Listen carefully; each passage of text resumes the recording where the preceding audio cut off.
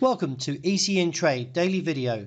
Before we begin, it should be noted that any advice is of a general nature only and that your personal circumstances have not been taken into consideration. Hello everyone, my name is Rob Clayton and thank you for joining me. The Australian dollar fell to a 3-month low as the greenback strengthened. Along with that, all eyes turned to the RBA monetary policy announcement at 2:30. The RBA is widely expected to keep rates on hold at 4.35. However, market participants should carefully keep an eye on the accompanying statement and search for any hints of a potential rate cut discussion. Meanwhile, in an interview that was aired on Sunday, Fed Powell reiterated his comments made after the January policy meeting.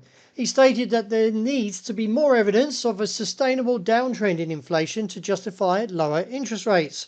He also mentioned that a rate cut in March was unlikely. Looking at the technicals though, we can see that we are oversold and the Australian dollar is now attempting to try and find support. And if so, looking towards the region that presently at 64.65 has shown a little bit of interest. And therefore, anywhere from 64.10 to around 64.65 may eventually show a bounce that could lead on to a break around 65.05. This may reinstate the upside to 66 cents. But we are a little bit mixed here. We've got bearish technicals and an ADX, so we do need to see a stronger price action to revert the current bearishness.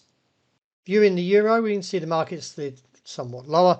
And at presently, the dollar index, which measures the greenback strength against a basket of 6 major currencies, edges slightly since rebounding on Friday and reaches 104 to around 104.15.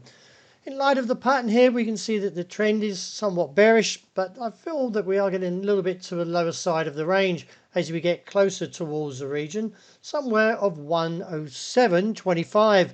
And if so, could see a bounce from this region as we have respected it, like previously back here in December. Let's see if the market can somewhat gain momentum and therefore clear 107.75 to push on to 108.5. The dollar yen still seems to be chipping away at this top side level, which is seen around 108.70.90. Presently, though, I feel that the market may fail again here and therefore see a pullback towards the region of 147 to maybe down to 146.5 and reassess.